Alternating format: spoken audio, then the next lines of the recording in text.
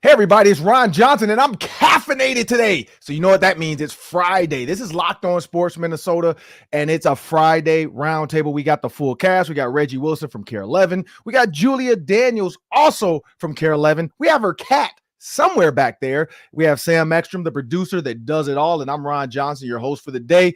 And we are going to get to these topics. I mean, there's Wolves conversation. The Gophers, girls and boys basketball teams are doing well. Kind of, sort of. We got the Vikings and Kirk Cousins have made it back into the media. There's so much to talk about. Anthony Edwards, top 10 Sports Center play. We'll talk about that. I'm not happy with him where he is in the top 10, so we'll talk about that. But we got to get locked in on these topics. Reggie, what you got for us? Hey, we're going to talk Timberwolves. They do what they're supposed to do. They're beating teams. It was 8-0 in that against the bottom 6 teams in the league this year. So they're doing what they're supposed to do. This is a different Wolves team this year. And we've got since we're at that halfway point, who we think the MVP so far this season is for those Timberwolves. NFL Divisional Weekend coming up Saturday and Sunday. All these teams acquired their quarterbacks in many different ways. Which way should the Vikings emulate if they move on from Kirk Cousins? And speaking of the Vikings moving on from Kirk Cousins, is Kirk Cousins gonna follow a Hall of Fame coach? From the mouth of himself, from Kirk himself. We'll hear about that. We'll get his quote, and then we'll discuss that. Also, I want everybody to know, today's episode is brought to you by Game Time. Download the Game Time app, create an account, and use the code LOCKEDON for $20 off your first purchase. I've done it before. It works simple. It's on your phone. You can scan it right when you walk in the door, and you don't have to worry about your tickets. Because I don't know if you guys heard, the Detroit Lions fans got scammed. There's some scammers out there for this Lions game. Those tickets didn't exist, and those fans were out there thinking they were going into a real game. So if you want to make sure you have secure tickets, go to the Game Time app. Don't trust some random dude in Detroit. I know. I used to be one. So it's time to jump into this show. Let's kick this off with some Vikings playoff talk. Kirk Cousins with NFL playoffs. Sam, it's the best time of the year. Take it away. Divisional weekend is the best weekend, I think. You got 4 games. You got berths in the championship games on the line. It's so much fun. And you look at these 8 teams left, and there's like 3 or 4 paths through which they acquired their quarterbacks. There's many different ways to slice the apple. The Texans, they drafted a rookie, played him right away. It worked out. 49ers, they stumbled upon a rookie last year with Brock Purdy, but they kind of went intentionally or unintentionally the rookie QB route. The Packers, the Chiefs, they drafted a first-round guy, sat them for a year or more in the case of Jordan Love. You've got the Lions and the Bucks. They found a bridge veteran quarterback, Jared Goff, Baker Mayfield. So you've got these diverging paths, and they all got to the same place with different methods of finding their quarterback. The Vikings have this situation at their feet right now. What do? Do they draft a rookie, play him right away? Do they draft a rookie, sit him for a year, and then play him? Or do they find a bridge like Baker Mayfield? Which path should the Vikings take if they don't re-sign Kirk Cousins? And we'll talk more about Kirk later in the show. My opinion, I think you draft a rookie. I think you draft a rookie, you play him right away. I think you take your lumps because you want as much information as you can when they're early in their rookie deal. I don't think you want to be the Packers who wait 3 years and get no value for that rookie contract. I think the key is to build your team around the rookie quarterback so you've got 4 or 5 years where you can funnel money into the defense, into the skill players around the quarterback. That's the way I would go. I'd go the Texans way and see if it works out. And if it doesn't, it's not like you spent $1 million, bajillion dollars at that position. It's on a rookie contract. So that's my take. What about you guys? Reggie. Yeah, I would draft one as well. Like the one thing that I was kind of thinking about is, maybe taking a flyer and maybe trading for a guy like Justin Fields, but like I don't really know what that price tag is going to be.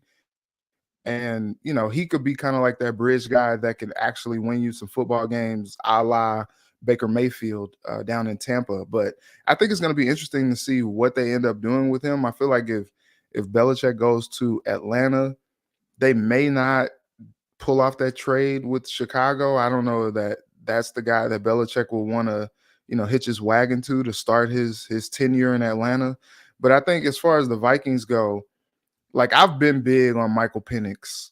Like that's I'm all in on that guy. I know the national championship was not his best showing, but I think we've seen enough from him to know that he can sling it with some more coaching.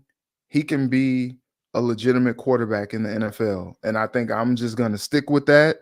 At 11, I'm a little leery just because you think about the Gerard Mayo press conference the other day with the Patriots, and he kind of hinted that they would probably take a quarterback. And if you look at those top 3 picks, the Patriots are in those top 3. Like, okay, there's the 3. Who's your third? Jaden Daniels, maybe, after May and Williams at number 1. So I'm a little scared that Penix would be there or not. But we were talking about it yesterday. The Athletic, I guess their mock draft had Penix going all the way at 41. So I'm not really sure if that is gonna happen, because these run on quarterbacks, they tend to happen every year in the draft. I just don't know that a guy that talented will fall that far. So I'm a little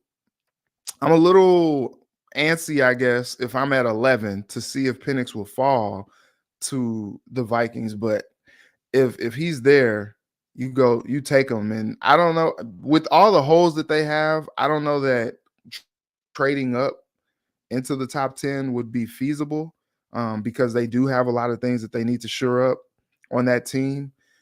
But I don't know, especially with how Kirk is talking, and we'll talk about that later. I don't know that just banking on him to come back is the way to go. Julia. Yeah, I think that's interesting.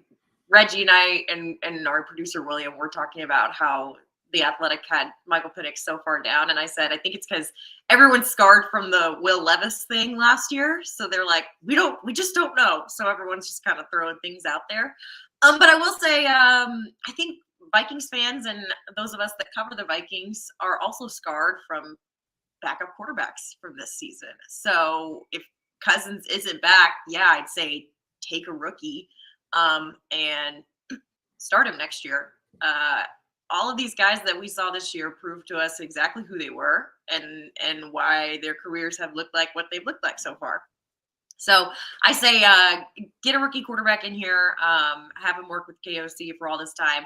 Couldn't agree more with what you said, Sam, about on a rookie contract, get your value there.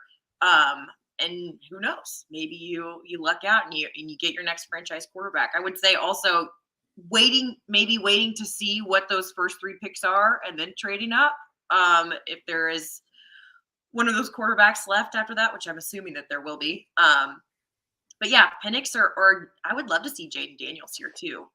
You have so many weapons offensively on this Vikings team that I think it could potentially be a rookie's dream to come here, and you throw to guys like Jordan Addison and Justin Jefferson, and you've got Hawk out there too. So yeah, I would say 100%. If Cousins is not coming back, you draft a quarterback with your first pick in the draft this year.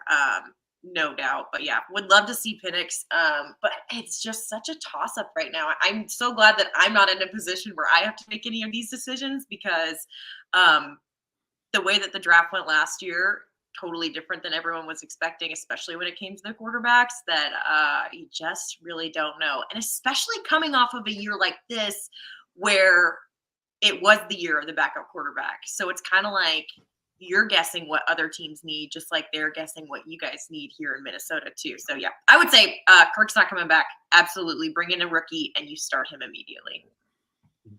I like all those takes. Here's where I go. You got to bring Kirk Cousins back. I like the Love, Mahomes, Lamar Jackson route.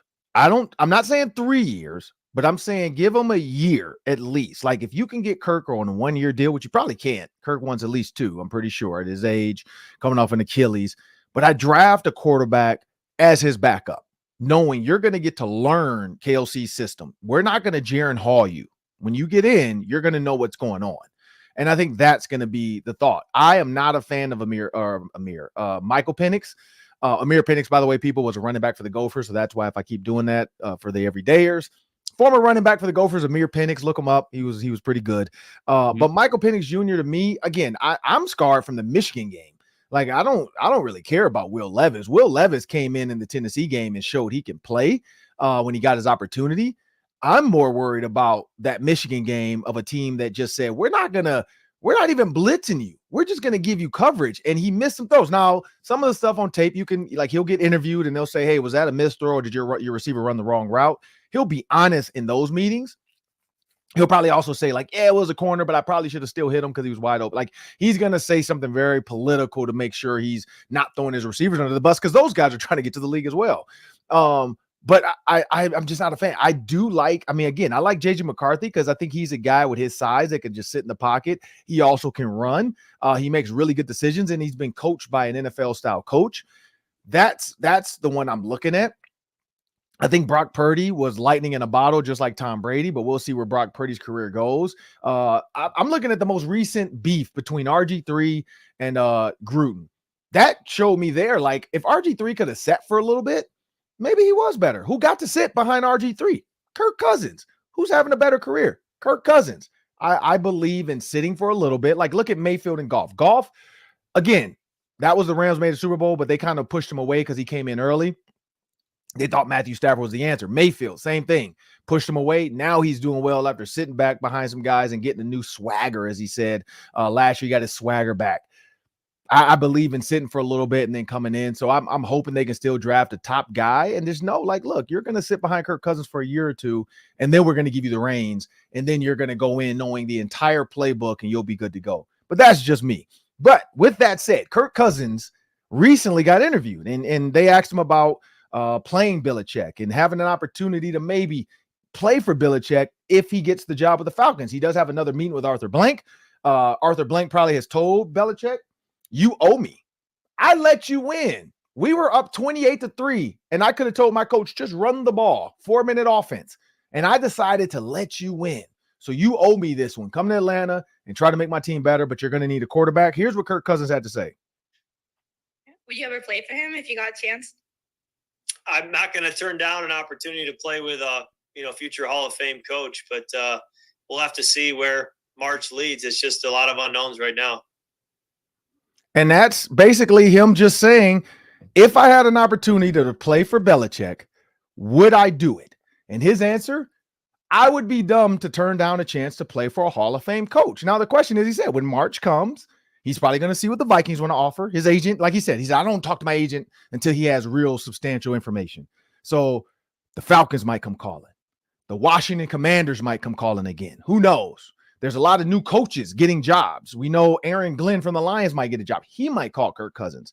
So there's a lot of teams that need quarterbacks. The Buccaneers, they're not dead set on Baker. They might call Kirk. There's a lot of teams that might call Kirk Cousins and say, hey, come win us a Super Bowl, because some of these rosters are ready to go minus a quarterback. The Cleveland Browns, when you think about Stefanski, he had Kirk Cousins. The Cleveland Browns might come a calling. So with all that said, your thoughts on Kirk Cousins, one, saying he'd go to another team, but two, willing to play for Belichick. I'll start with you, Julia.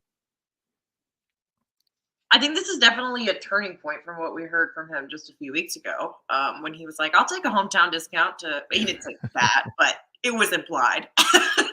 I'll take a hometown discount. He's always saying, he said it for, since we got to talk to him for the first time since his surgery. He wanted to be a one-team quarterback. And now that he's with the Vikings, he wants to be just a two-team quarterback. And the fact that he's saying this now on a podcast tells me something has changed. My thoughts are, it's exactly what Kirk said. We really don't know a whole lot, right? He doesn't even know a whole lot about what's going on or what will happen. But it definitely is something to be considered. And I'm glad that you brought it up, Ron, today, because it's something that we haven't heard from Kirk yet. We haven't heard him say something like this. We've always heard a lot of loyalty to this Vikings team. And the fact that he's saying, now that I'm here in Belichick might be somewhere else that needs a quarterback, I would consider doing that. And so I just find it interesting. I don't think there's a whole lot of take for me to have on this, but I just do find it interesting that for so long we heard about how he wants to be here, he wants to do this, he wants to do that, and then very willingly he's like, yeah, but I would go play for him. Just that's his immediate answer. So it's an interesting thing to think about for sure. Reggie. So I wouldn't say it's posturing, but I would say that he is playing the game. I think, we've only talked to him in the context of being a Viking. And now he's doing a little bit more press. He was in Antigua lately, and then, now he's doing interviews in his house with a sweater on, which I still don't understand why he was so dressed up just to do a Zoom. But I also think, when you have an Achilles injury and you miss most of the season, I think you're just like, hey, like, if y'all don't want me, I know some teams that would. Like, I play some good football. I've been playing good football the last several years of my career. So if you don't want me, like, I know some teams that would be ready and willing to come and scoop me up. So I think it's all part of him playing the game. And, he is right. We'll see what happens come March and when decisions really have to be made, because we have not yet seen the Vikings, with the chance to move on from Kirk Cousins. They have not yet pulled the trigger on doing that. So I'm interested to see how March plays out. But he's like, hey, look, I got interested suitors, like don't just think I'm a one woman man. Like I got some things going. I'm a player. Kirk has made really no insinuation that there's going to be a hometown discount. I mean, I think he acknowledged that he heard of the phrase, but he's more concerned about structure, aka he's concerned about length, guaranteed money. If Atlanta wants to come in with a sweetheart deal with a third year, or any team for that matter, and they guarantee some of that money, I think Kirk is ultimately a businessman. And here's the other part about Atlanta. That's Julie Cousins' hometown. So it's not talk about a hometown discount. They would be going to Julie's home. In fact, they got married there. I believe they lived there for a period of time. So there's a lot of pull to Atlanta. Let's also consider that the last in-person impression Bill Belichick has of Kirk Cousins, if he's the one calling the shots here, 33-26 on Thanksgiving. And Kirk, earlier in that clip, we didn't hear it, but he was very complimentary of Bill Belichick's defense. But the last time Kirk played that defense, 30 of 37 for 299 and 3 touchdowns and a Vikings win on Thanksgiving. Masterful performance. However, I am not sure that Kirk and Belichick is a great marriage personality-wise. I mean, we saw what happened when Kirk came to a new city with a hard-nosed coach in Minnesota. He shrunk into his shell. He seemed defensive. He seemed skittish. He didn't seem like he could share his opinion very clearly. That's whatever the relationship with Zimmer was, I feel like it's amplified with Bill Belichick in terms of tension, in terms of lack of humor, lack of emotional connection. So I don't know if that's a perfect fit, but I do see the family connection to Atlanta. Could see Atlanta wanting to spend big on a quarterback. So it makes sense, except for the coach QB relationship. I don't know if that's going to work out. Yeah, and we know that Kirk Cousins needs a coach that, really, really pours into him, which is Kevin O'Connell. Belichick at this stage in his career, who knows? Because we've seen him throw quarterbacks under the bus. We've seen him been very unhappy with Mac Jones in the media, which I don't know if Kirk can handle that. I don't know if Kirk could even have a comeback to a Hall of Fame coach. Like, if a Hall of Fame coach is saying you did something wrong, what do you say to that? Like, he's won Super Bowl. He's played with the greatest quarterback ever. That's the other thing. That's a lot of pressure playing for a guy who once coached Tom Brady to 7 Super Bowl or 6 Super Bowls. And that's where I think people are forgetting is there's a lot of pressure that comes with jumping to Atlanta, being, yes, it's the hometown for your wife. So that is actually a nice little nugget there, Sam. But at the end of the day, I don't know if that's going to be enough when you look at having to uproot your family. If it's the same money, same number of years, maybe Minnesota is the place to be. It's a better team than Atlanta, as we've seen. So, no, it'll be fun to see what happens. But, yeah, Julie, I love what Julie said. Kirk Cousins now saying this. I think I was going to use the gunshot. I know, Reggie, you know this, the freestyle battles when somebody drops a bar, they do the, like, that's Kirk Cousins just dropping a bar on the owners. Like, I'm going to just drop this down. Mic drop, I'm going to walk off. Because now this is going viral. Everybody's talking about it. So don't be surprised if, like, he's not getting texts right now from Mark Wilf. Like, hey, man, like, I get it. Like, Kevin O'Connor's going to the Hall of Fame too one day. So just relax. Just relax. And so I think that's going to be good. Also, Atlanta's receivers compared to Justin Jefferson, Jordan Addison, and TJ Hockenson, I think that's another big point. Are you going to get better just because Bill Belichick's there? We've already seen the answer in New England is no. But we got a word from our sponsors. When we come back, we got to talk about this Wolves Grizzlies, because Anthony Edwards, when he asked, he said, man, I saw somebody do that in the All-Star game, and I've always wanted to do it. So he was Vince Carter-esque, Tracy McGrady-esque, Michael Jordan, all wrapped up into one little package called the Ant-Man. We'll talk about this Wolves Grizzlies game. I saw some really key indicators to how this team can win an NBA championship. We'll talk about that and much more when we come back after a word from our sponsors.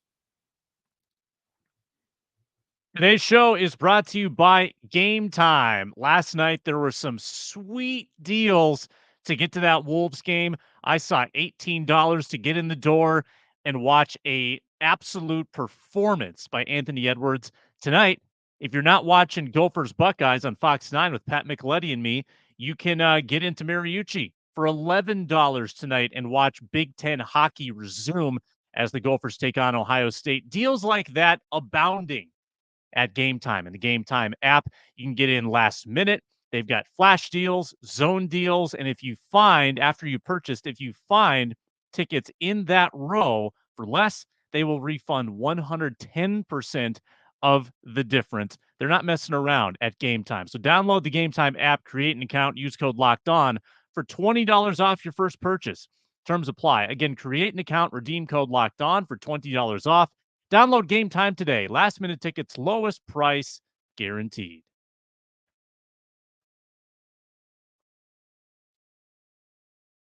Well, now it's time to talk about some fun stuff. We already talked about some kind of personal Vikings matters. We had to get that out the way. By the way, I'm wearing the Sam Bradford, Greg Coleman, Kirk Cousins mix. This is the throwback jersey. So it's not just a Kirk Cousins homage, even though I want him to come back. I'm paying homage to Sam Bradford as well and Greg Coleman with the baggy sleeves. But Reggie, Wolves, Grizzlies, take it away. Last night felt like, especially through three quarters, it felt like the Wolves of old. It was like, oh man, no Ja Morant, no Desmond Bain, like no real person of like somebody that really like made you afraid, right? They had Jaren Jackson Jr. and he was the focal point. Jaren's dealt with injuries and, all that good stuff, but he's a good basketball player. And he showed, being the first option last night, that he was not, they kept alluding to this on the TNT broadcast. He showed he was not scared of the Timberwolves Twin Towers, the vaunted defense that they were throwing out there. He was not scared. 36 points last night. Foul trouble, as Chuck said, probably kept him from going for 40 or more because he was getting buckets and he was having his way. But what we saw from the Wolves in that fourth quarter was absolutely impressive. Before I get to that, though, Naz Reid, 5 for 5 from the field, 3 for 3 from three, in just a flurry of 3 minutes to close the first quarter was incredible. Incredible. We're in the sports office last night, just like making weird noises like children. We were just so giddy watching what we were seeing last night. It was incredible. He's an instant offense. Probably one of my favorite players to watch on that Timberwolves team because he just comes in. He's like a microwave. He's like, all right, I'm just going to go out here and get us some buckets.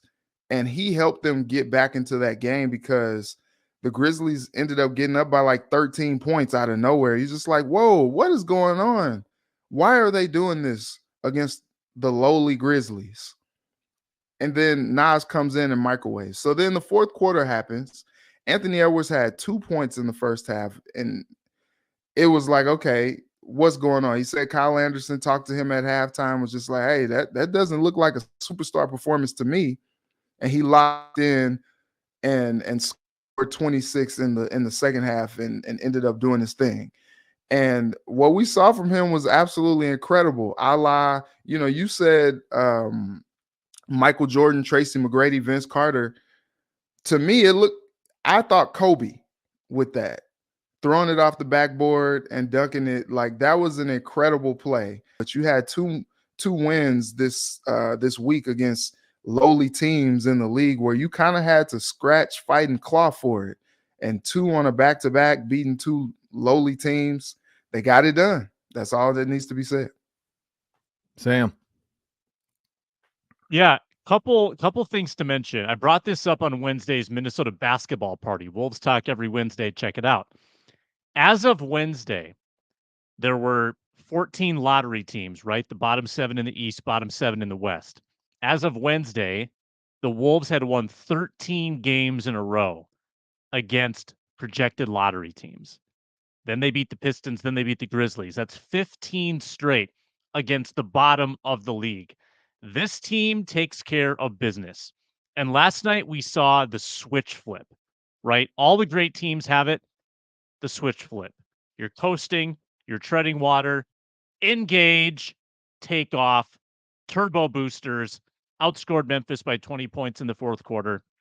And my favorite Anthony Edwards half of the year, not even close, the second half yesterday.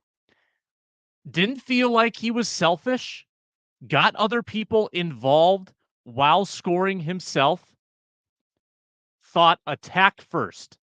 He wasn't settling, attacking first, getting to the rim, cold-blooded 3, kind of when they needed it to put the nail in at the end, but floating through the air, flying. I mean, in the second half alone, he had the oop from Conley, he had the throw off the backboard, he had that gliding dunk where Kevin Harlan dropped a flight 5 has cleared for takeoff.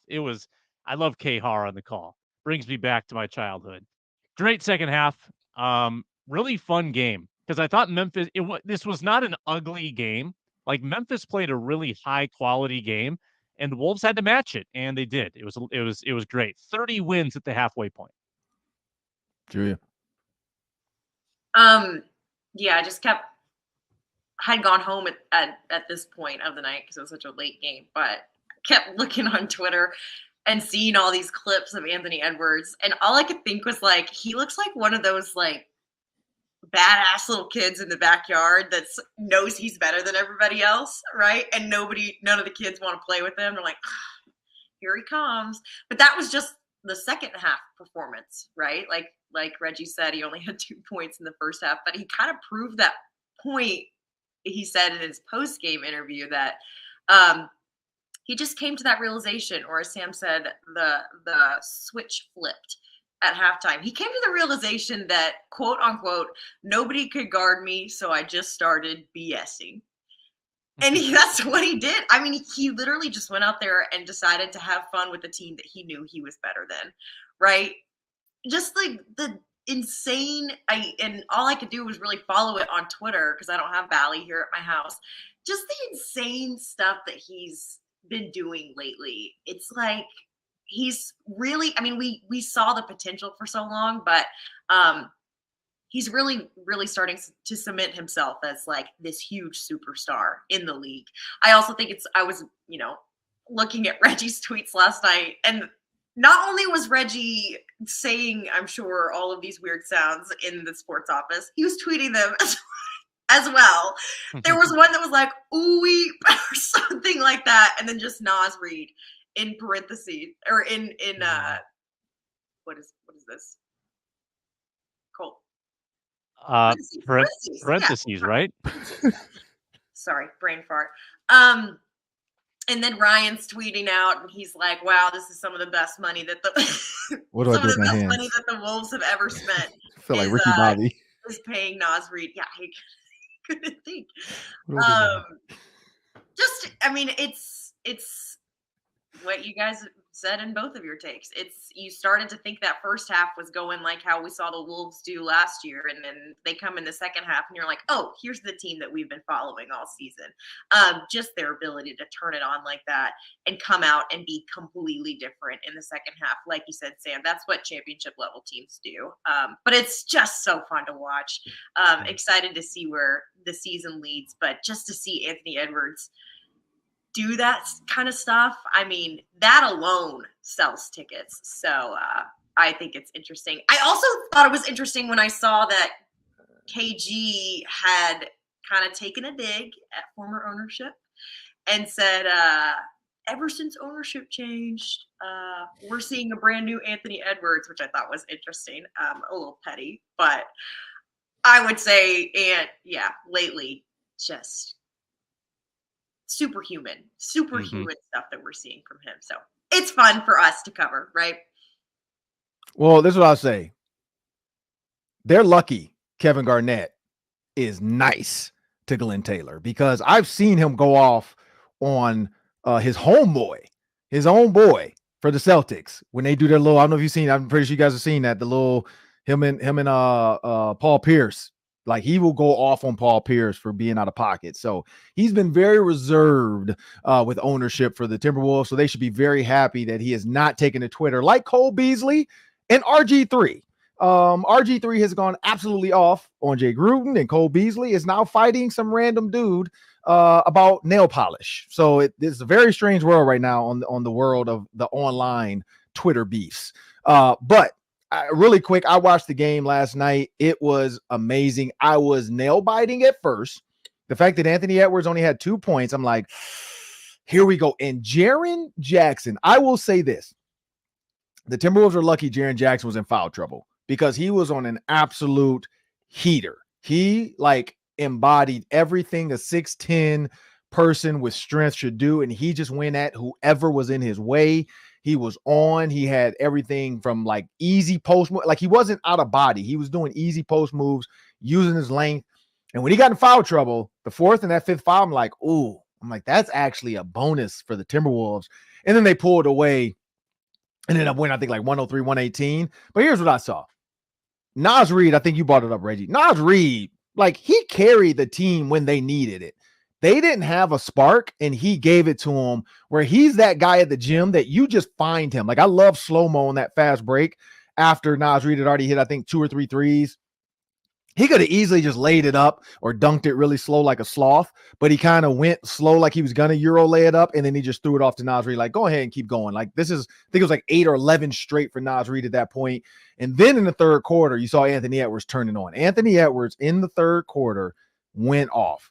He just went off. But that Vince Carter dunk, that was but I'm in a Twitter argument right now with a guy saying that was traveling because he doesn't know basketball. But that was picturesque. That was perfect. He was unstoppable. He was getting to the bucket. Even when he was getting fouled, you could hear him yell, "Hey!"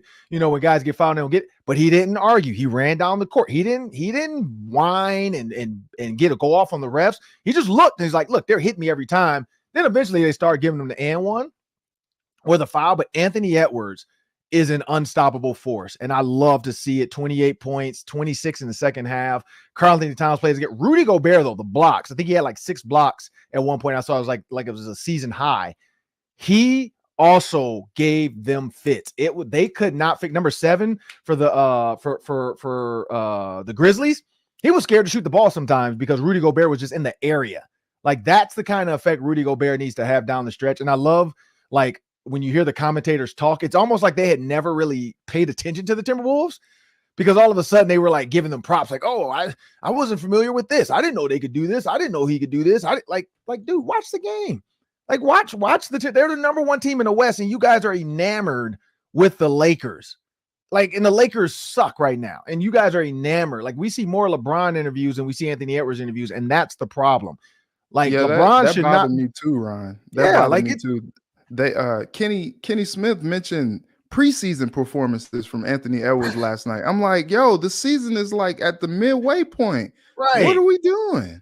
Yeah, and it is what it is. Like I get it now as I get older. I understand when they say big market versus small market, but why players jump ship and become free agents in bigger markets, because you get more TV time, you get more endorsements, you get more Sleep Number ads, you get golf simulators, like you get all kinds of stuff when you're in a big market. But the way to make your market a big market, win a championship. And I wish they had more games on TNT, but it's Minnesota. If the Lakers were number one, and Reggie, you know this, they'd be on TNT every single night at this point right now, because they'd be or ESPN, because they were the number one seed. And it sucks that Minnesota doesn't get that same respect. Also, I did see though, like who bailed out? Was it Amazon just bailed out Bally Sports? Yeah. Yes. So there's a chance we might start getting some Amazon games. I heard it has to go through like FCC and other crap. But take it away with the MVPs, Julia. So I'm gonna go with, I feel like this is a fairly easy decision. It's the guy who's been consistent. It's the guy that Minnesotans at least know is the halfway point MVP, I feel like. I saw a tweet the other day that said, God didn't make anyone perfect, but he came pretty close with Mike Conley. Oh. And I was like, wow. I thought you said Michael Jordan. No. Biblical. Yeah. Maybe nationally he doesn't get the attention that he deserves, but I feel like here, and the people that cover him and the fans that follow the Timberwolves know how important Mike Conley is to this team. He's such a difference maker. He knows how to lead an offense. It's what we talked about, last week or 2 weeks ago, when he's only missed, correct me if I'm wrong, he's only missed one game this season, right? And when he was not out Boston. there, yes, when he was not out there, that is when Ant started having some issues being decisive, running the shot clock down, not really knowing what to do. And that's when I had said, I think it would be really great for Mike Conley and Ant to kind of work and for him to learn about how Mike Conley does things on the floor. I will also say, and Rudy said this, I think last night, that Mike Conley's playing better now than he was 3 years ago. And the other part of it is, and honestly, I don't think the age thing really has much to do with like making it more impressive, but it still is impressive that he's 36 years old and playing the way that he is. He doesn't look like he's 36 out there. He was drafted when I was in third grade, which is just like wild. He keeps up with the 20-year-olds that are out there. But great trade for the Wolves getting him in there. And I think last night it was really funny that Anthony Edwards said that he used to make money off of 2K because he was playing with Mike Conley when he was 8 years old. Just the consistency from the guy. I think he's an unsung hero on the national level, just like the Wolves are just in general. But he is such a difference maker when he's out there. He's in it. You have to have guys that are consistent like that if you want to continuously win games, and especially if you want to go far in the postseason too. So without a doubt, I'm going to have to go Mike Conley. And he's such a likable guy too. You know, everyone talks about how nice he is. He treats the media well, the local media well. But he's definitely my halfway point MVP. Everything that he's done this season has been impressive. I thought I was going to be sneaky and go with Conley, but no, you beat me to it, Julia. I'll go with Rudy Gobert instead. And we're all avoiding like the best obvious option, Anthony Edwards, because I think we want to like give these other guys credit too, because it really is. I'm not avoiding that. We'll let Ron take Ant. You can talk about Ant-Man. There's a lot of elements that make this team tick. The savvy veteran point guard, the defensive-minded center, karl-Anthony Towns becoming a wingman instead of a front man, Naz Reid, the electric bench scorer, and everyone's comfortable in those roles. And Rudy Gobert last night, even though Jaren Jackson Jr. posterized him a couple times, he's so engaged.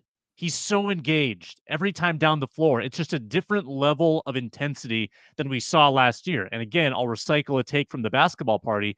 The stats are very close to the same, if not worse in a couple areas for Rudy Gobert this year. Just the pure statistics. but it's the intangibles. It's him affecting a shot and preventing that shot. Like Ron said, Adama didn't want to shoot because Gobert was closing out on him so well. Just that intangible impact. He's got the best defensive rating on the team, obviously, and he is a blocks machine. I thought we were going to see a Rudy points, blocks, rebounds, triple-double last night because he had 6 pretty early in the third quarter, I want to say, and then had chances at a few more. But Rudy Gobert, just the intangible, the opposite of a box score star. None of it really shows up in the stats. It's all effort, it's all size, and it's all just it's part of what makes this team number 1 defensively. Ready. The Wolves whooped that trick last night. That's what happened. That's what happened. I think those are great suggestions for halfway MVP. You look at the stat line from last night. Conley has 17 points.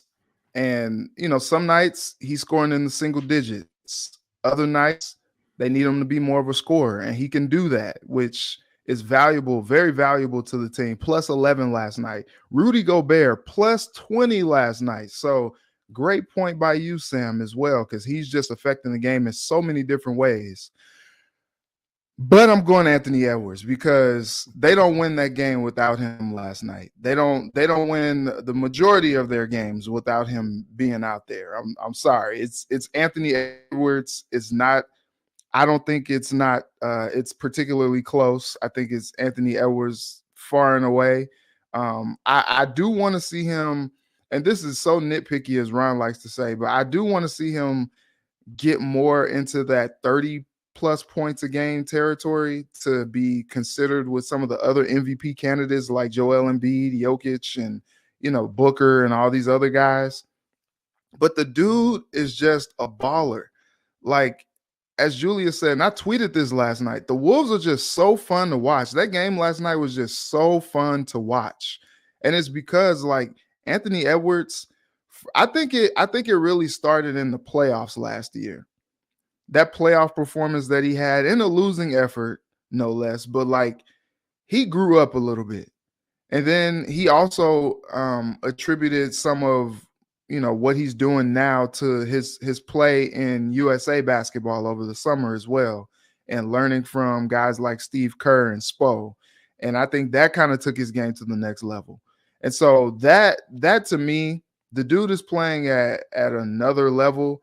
You're looking at Cat scoring in the teens on a night-to-night basis, and that's just what it is because Ant is just taking over and doing what he has to do to make sure this team goes. Well, yeah, I'm not going to even waste time.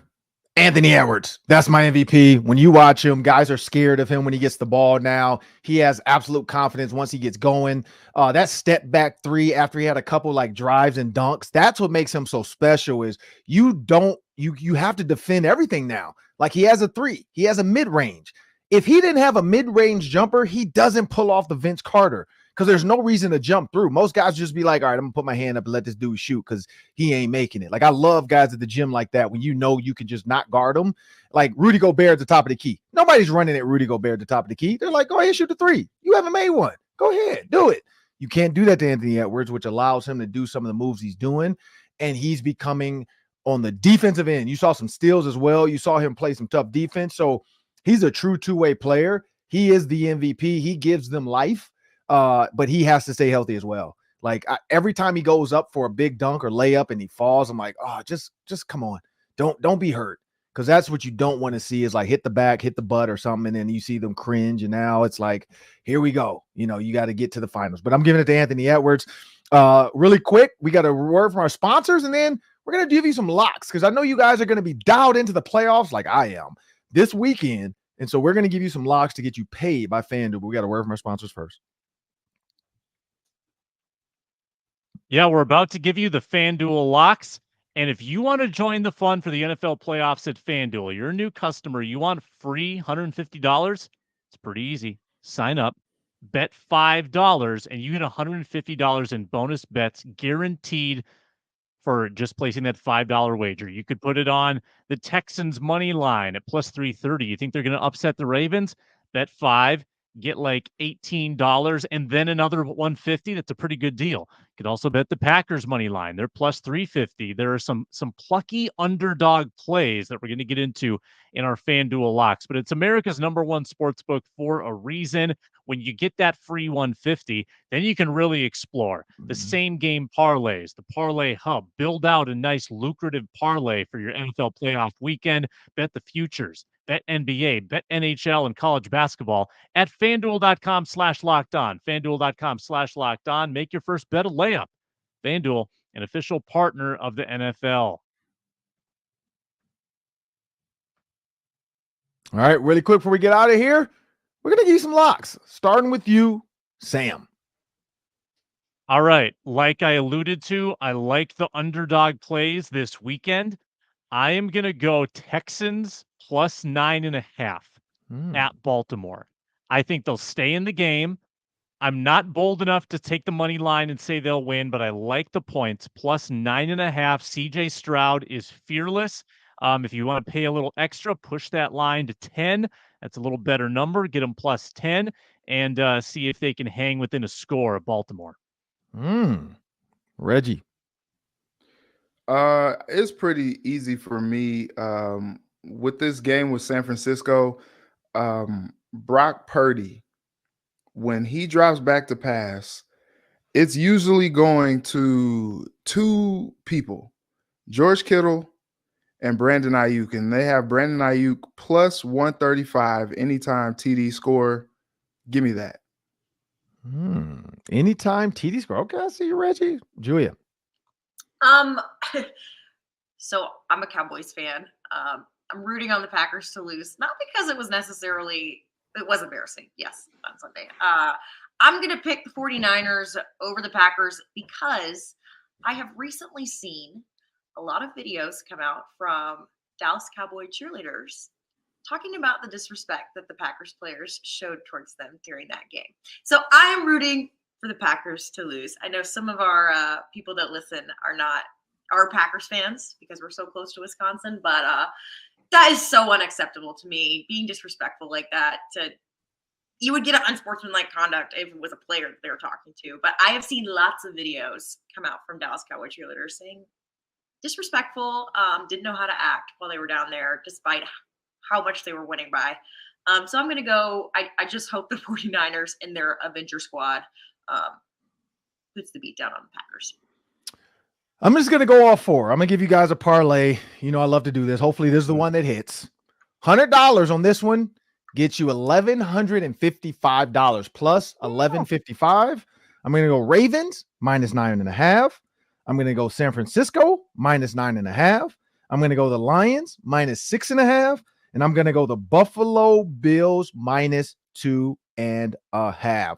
So that's one way to do it. Now, if you want to go the other route, because I know Sam brought this up, going the underdog route, just if you want to see, just to give you an idea of taking the other way, it's not better, but it's close, 130. So $100 gets you $1,300. A little bit better, but it's not better in my opinion because it's a bigger risk to take all the underdogs. I just told you I'm going Lions, 49ers, Bills, and Ravens. That right there, hopefully they hit. I'm going to be dialed in. We'll be watching. Hopefully you guys are watching. I want to thank Reggie, Julia, and Sam for joining us today on the Locked On Sports Minnesota Friday Roundtable. I'm Ron Johnson. Remember, you can get 24/7 sports on Locked On Minnesota's YouTube channel. Just make sure. And if you want to see, because those listening on the podcast, we thank the everydayers that have downloaded the podcast and listen daily. But if you want to see Julia Daniels not know what to do with her hands, make sure you go on to YouTube 24/7. You can get Vikings, Wild Wolves. You can also see Julia Daniels look like Ricky Bobby. She doesn't know what to do with her hands. Or you can go on Roku or Amazon Fire as well. And you can also watch Locked On Sports Minnesota shows. I'm Ron Johnson again. I want to thank you guys and have a great weekend.